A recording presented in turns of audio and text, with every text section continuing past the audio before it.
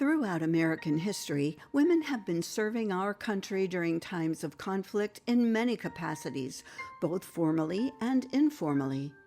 During the Revolutionary War, women first began their roles supporting the war efforts by boycotting British goods, such as tea and clothing.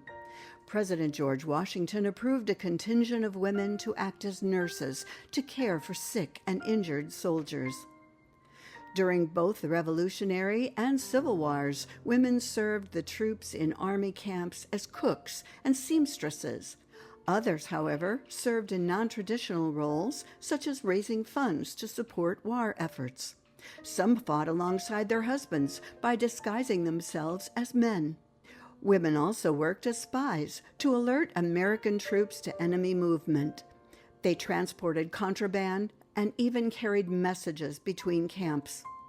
Women were met with either admiration or contempt.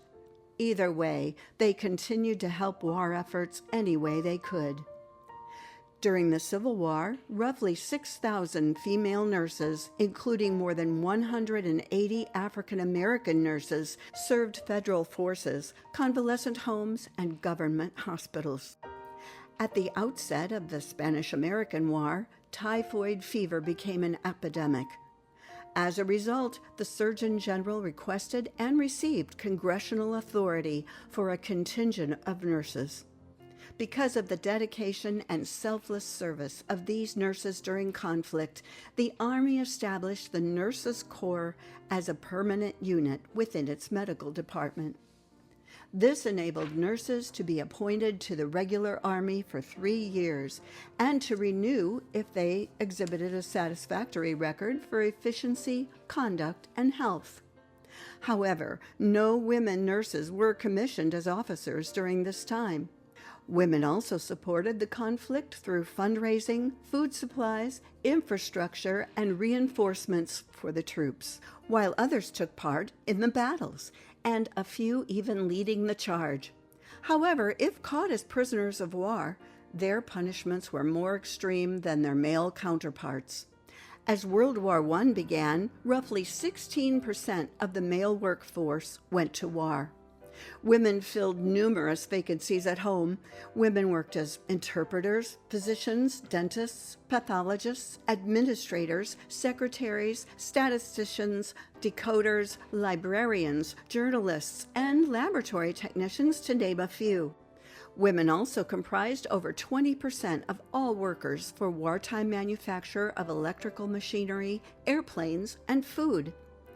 During the war, roughly 25,000 American women between 21 and 69 served overseas. Most were nurses, but others served as administrators, secretaries to telephone operators, and architects. And while women did not receive benefits for their service, their commitment is what helped pass the 19th Amendment on June 4, 1919, giving women the right to vote. Recruitment of women to the U.S. military started prior to the attack on Pearl Harbor.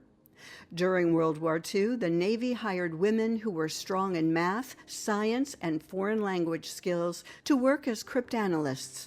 This laid the path for modern cybersecurity.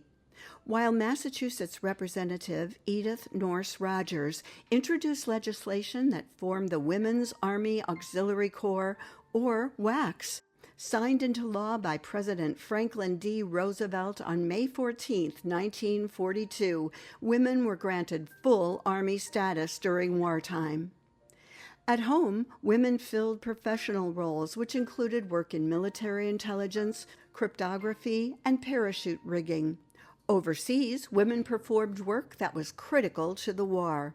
More than 60,000 Army nurses served around the world. Over 1,000 women flew aircraft for the Women's Air Force Service pilots.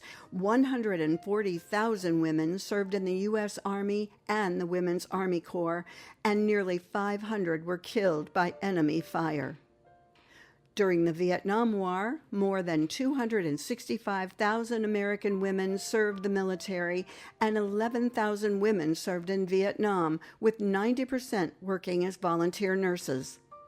Members of the Army Nurse Corps were in Vietnam as early as 1956 to train Vietnamese women in nursing skills. Air Force nurses participated in the air evacuation missions. Navy women served on hospital ships such as USS Repose and USS Sanctuary off the coast of Vietnam. Other jobs included intelligence officers and support personnel. By the 1970s, laws had been passed that allowed women to hold positions of command and allowed women to stay on active duty if married or pregnant. During the Cold War, women's contributions during this time were significant, as they provided essential support to the troops that helped maintain the military's operations and readiness. The 1990s witnessed significant policy changes as women were allowed to fly combat missions and serve on Navy combat ships, thus breaking the barriers of combat roles. Female pilots played vital roles during the Gulf War, and women served on Navy ships.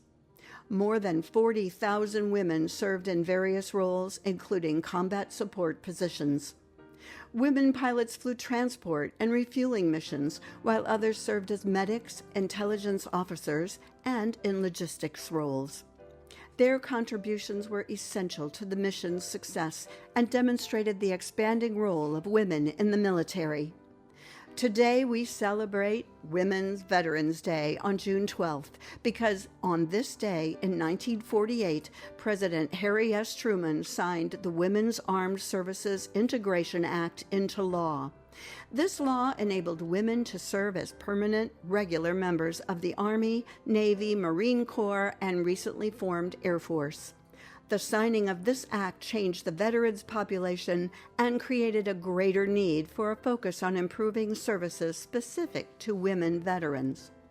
Today, more than 2 million women veterans live in the United States, serving in every branch of the U.S. military and eligible to serve in every military occupation and position.